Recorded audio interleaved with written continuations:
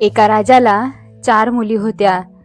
चौघीही एकाहून एक सुंदर, गुणवान आणि गोड स्वभावाच्या होत्या. त्या चौघींमध्ये तिघी कलाकार होत्या. शेवटची चौथी मुलगी, तिला कोणतीच कला येत नव्हती. ती आपली साधी सरळ मुलगी होती. राधा नृत्यांगना होती. जानकी संगीताची जाणकार होती. नयनाला चांगली चित्र काढता येत होती. सगळ्यात छोटी अबोली होती. ती कोणत्या कलेत निपुण नव्हती, तरी तिला आपल्या बहिणींचा अभिमान वाटायचा. आपल्या बहिणी मोठ्या कलाकार आहेत याचा तिला आनंद व्हायचा. राजाला आपल्या मुलींचा सार्थ अभिमान होता. त्या मुलींबरोबर तुलना होईल असे कोणी राज्यात नव्हते. काही दिवसांनी या 3 कलाकार मुलींच्या डोक्यात एक विचार आला. त्या आपल्या वडिलांना म्हणाल्या, बाबा, आमच्या तिघींमध्ये श्रेष्ठ कोण आहे? वडील समजावून सांगत होते, मुलींनो, तुम्ही प्रत्येकजण वेगवेगळ्या कलेमध्ये पारंगत आहात. प्रत्येक कलेचं आपलं वेगळं सौंदर्य असतं. तुमच्या तिघींची तुलना कशी करता येईल? तुम्ही तिघीही वेगवेगळ्या कलेमध्ये अतिशय निपुण आहात. परंतु कोणीच ऐकायला तयार नव्हते. त्या तिघांमध्ये श्रेष्ठ कोण हे त्यांना जाणून घ्यायचे होते.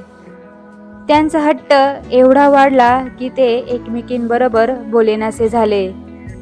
राजाला मोठी काळजी लागली. त्याने आपल्या प्रधानाला बोलवून घेतले आणि त्यांच्याशी चर्चा केली.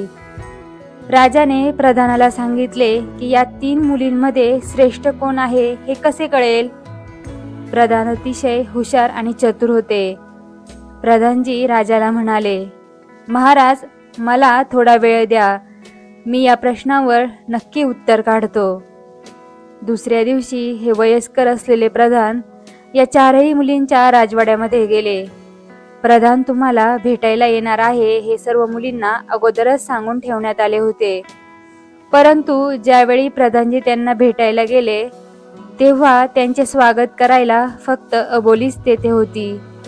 राजा राणी देखील तेथे हजर होते. बाकी तिघींपैकी कोणीही त्यांच्या स्वागतासाठी आले नाही. प्रधानजी म्हणाले, अबोली, बाकीच्या तिघी कुठे आहे? नंतर राजाने सेवकांना त्यांना बोलवायला पाठवले. त्यानंतर त्या तिघीही प्रधानजींसमोर हजर झाल्या. प्रधानजी म्हणाले, मुलींनो, तुमच्या मनामध्ये जी घालमेल सुरू आहे ती मला माहीत आहे. मी तुमचा हा प्रश्न सोडवायला मदत करतो. मी दिलेला निर्णय तुम्हाला मान्य असेल काय? त्या तिघीही म्हणाल्या, प्रधानजी, तुम्ही अतिशय हुशार आणि ज्ञानवान आहात. तुम्ही दिलेला निर्णय आम्हाला मान्य असेल. त्यावर प्रधानजी म्हणाले, ठीक आहे, मी तुमच्या 3 परीक्षा घेतो आणि मग तुम्हाला निर्णय देतो. तिघीही म्हणाल्या, ठीक आहे. अबोली फक्त शांत राहून हे बघत होती. प्रधानजी म्हणाले, मला नातू झाला आहे. उद्या त्याचं बारसं करायचं आहे. त्यानिमित्त एक समारंभ आम्ही आयोजित केला आहे. उद्या संध्याकाळी तुम्ही चौघींनी या समारंभाला नक्की या. यामध्ये तुमची पहिली परीक्षा होईल. असे म्हणून प्रधान निघून गेले. दुसऱ्या दिवशी चौघीही प्रधानजींच्या महालामध्ये गेले, ज्या ठिकाणी बारशाचा समारंभ होता. राजा राणीला देखील प्रधानजींनी आमंत्रण दिले होते. नगरातील मोठे मोठे लोक तेथे हजर होते.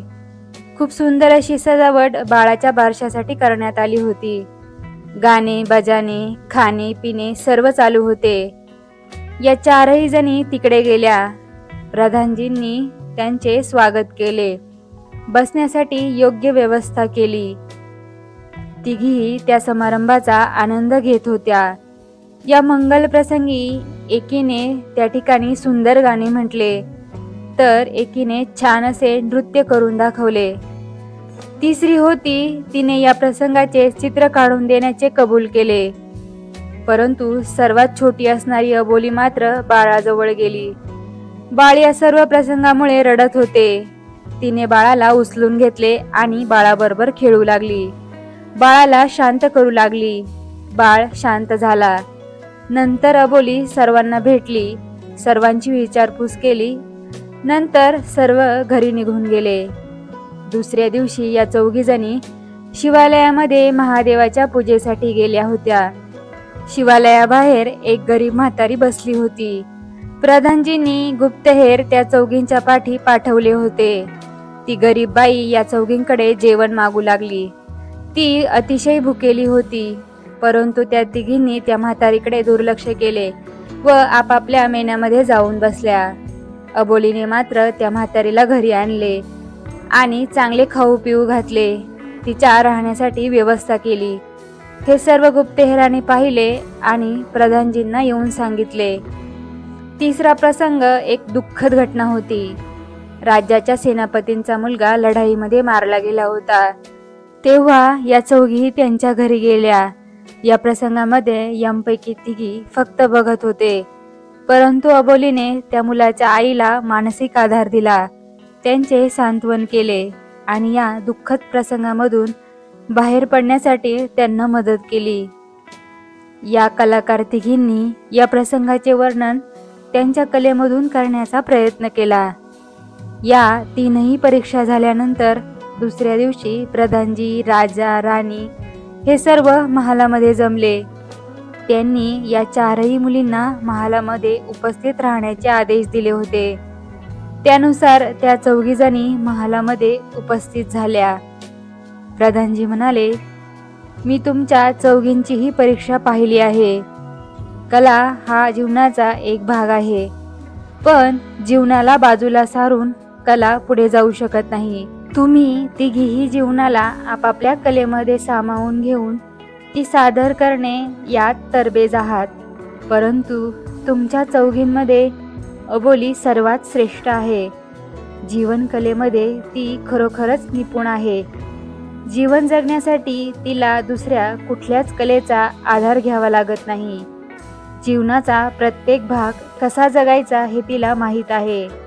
सुख, दुःख, आशा, निराशा यामध्ये आपण कसं वागायचं हे तिला माहीत आहे.